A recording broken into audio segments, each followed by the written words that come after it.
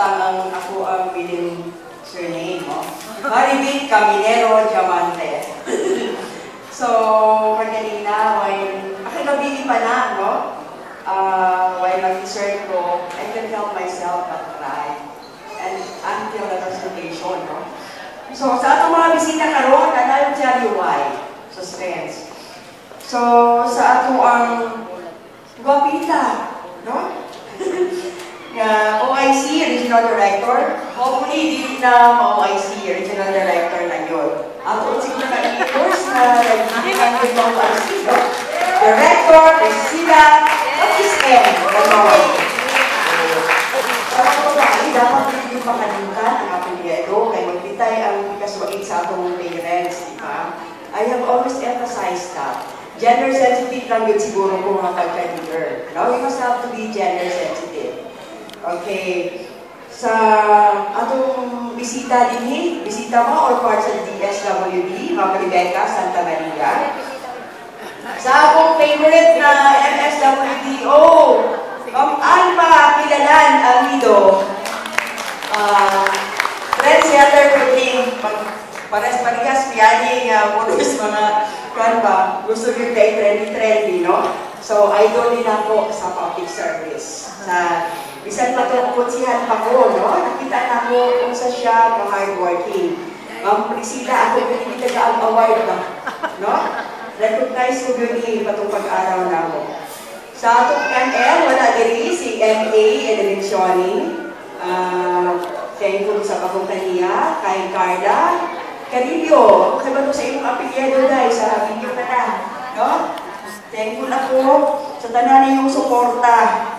Kay Sheriff Jane Celico, DSWD, Social Marketing Officer, Ma'am Sheila Mendoza, and Francis Orias, our Field Office 11 staff. Sa atong mga Latter-day Saints, dinhi na CSOs, ako friend, si Ruth Pascual Hasan, Indigos. I will be their guest speaker in Indigo City on Saturday. So, sa atong mga nominees from the different municipalities, 9 of them, palakpakan nato sila.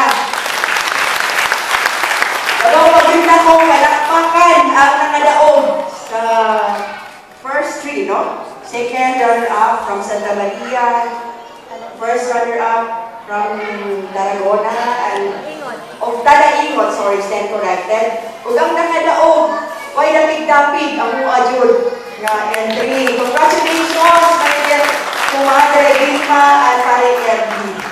No? So, kani sila nga mag-asawa. Bisan pa sa unang mga hulo ang kumuha. Bisan pa sa kapubre na ko, kandidata pagka-mayor. Last 2010, ning marugay yun sila para kanako.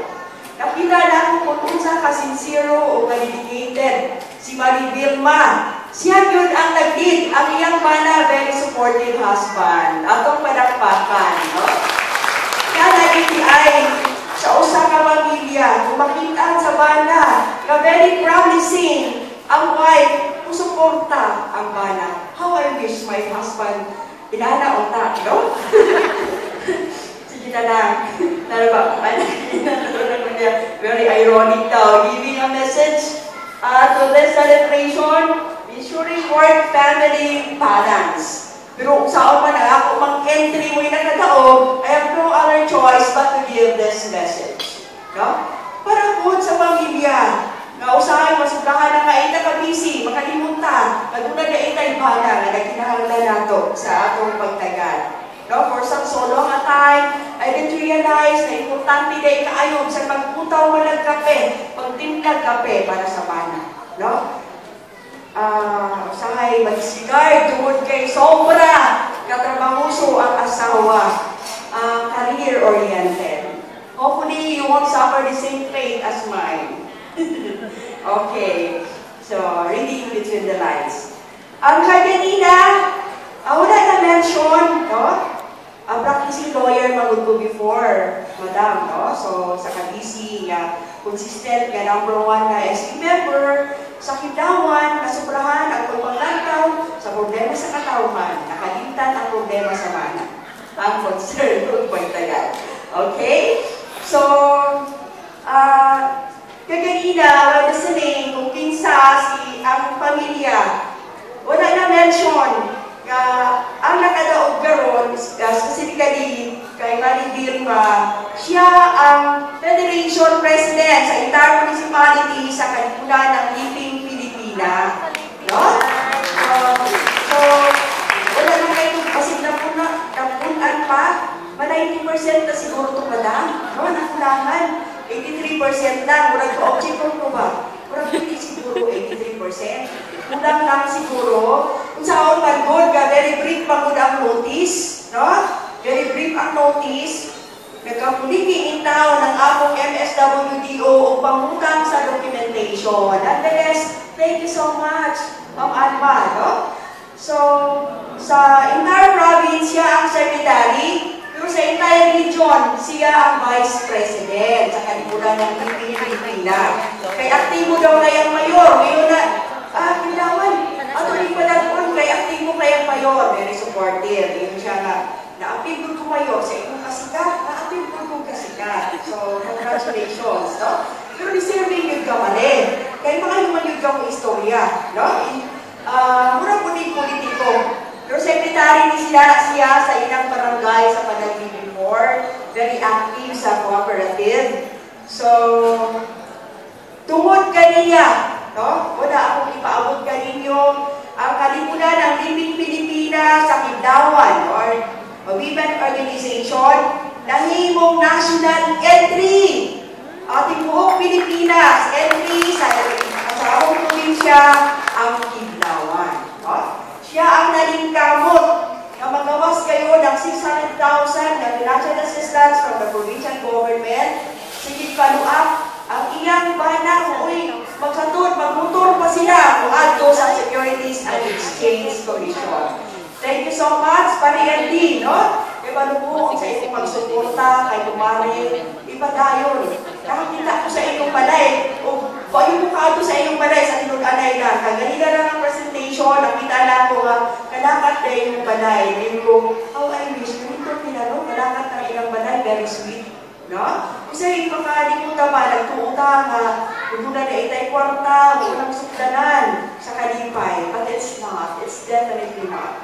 No? Bisan pa di ay, dili ka ayaw mo kumpre, dili nato, dili yun na ikabayan o sabi ang kahapsay o kahinaw sa pamilya. No?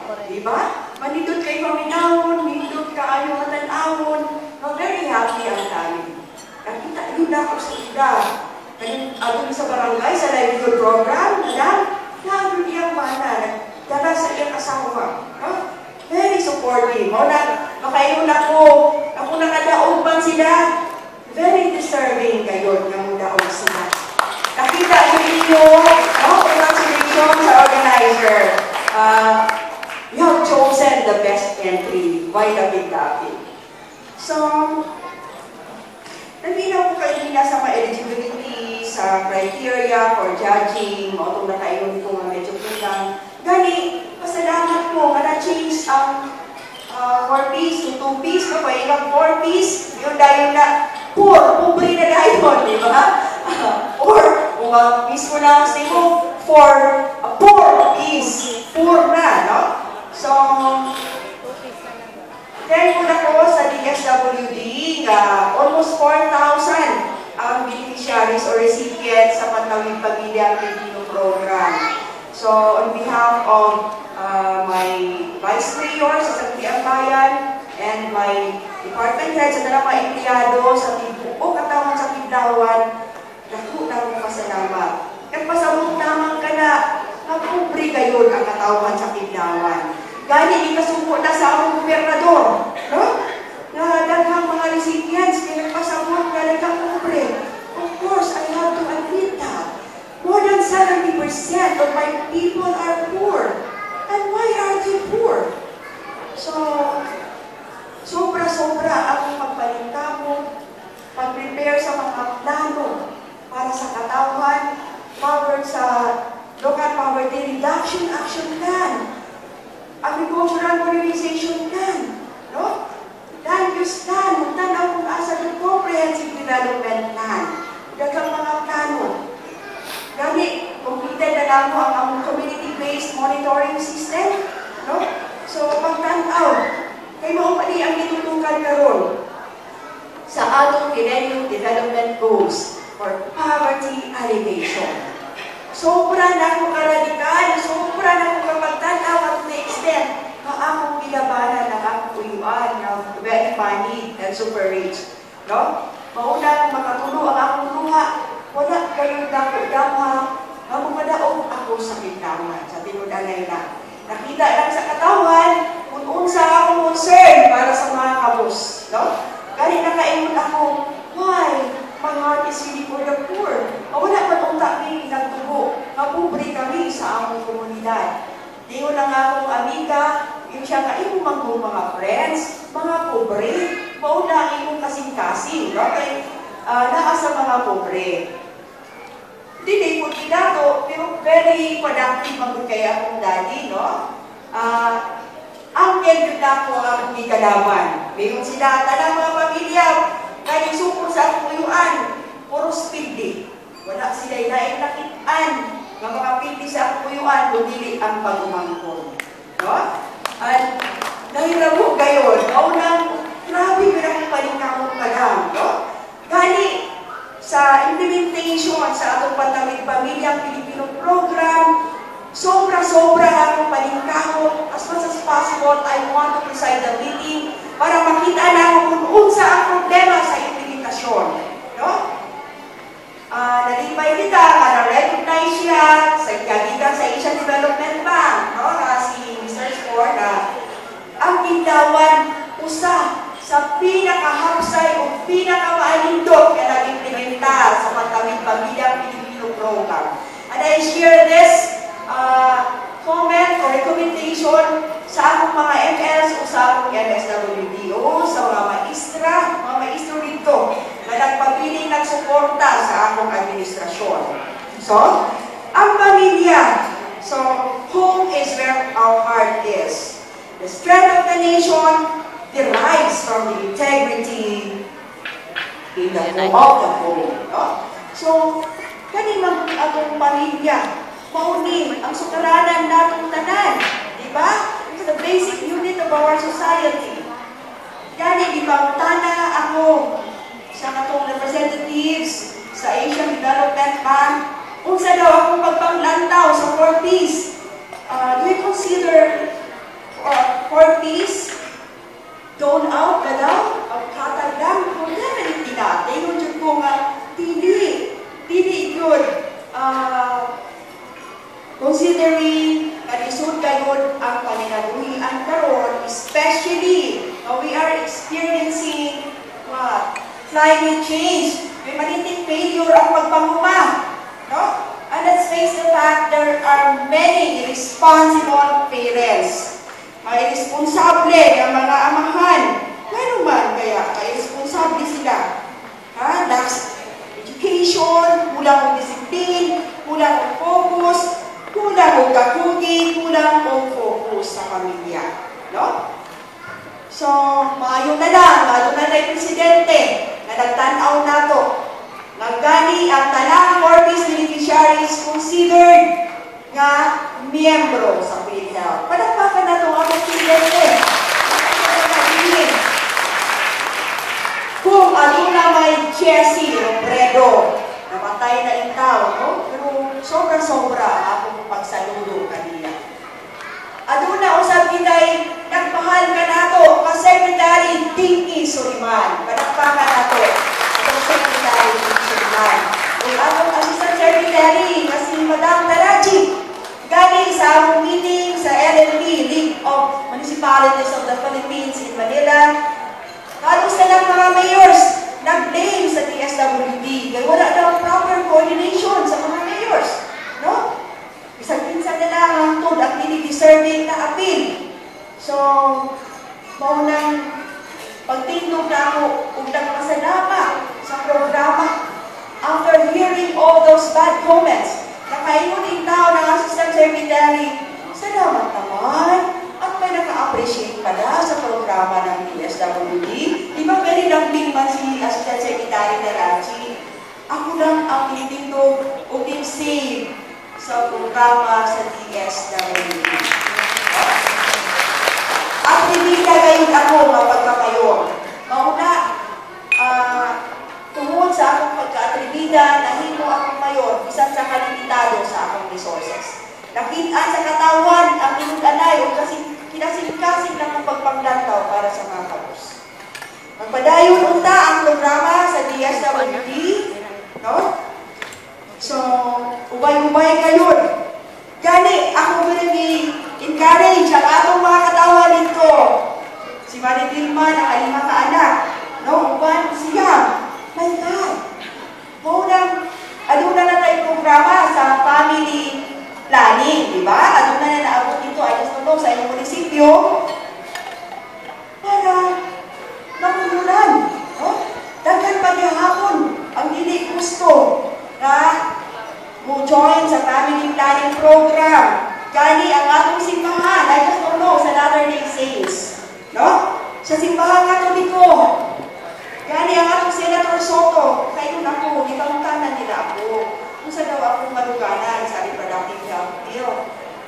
Kung i-estudyuhan ka na, hindi basta-basta ang atong mga senators. No?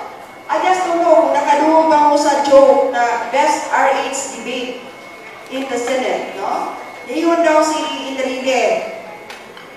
Every sperm by itself has life. Killing itself is a murder. Joke lang ha? Oh, not quote me.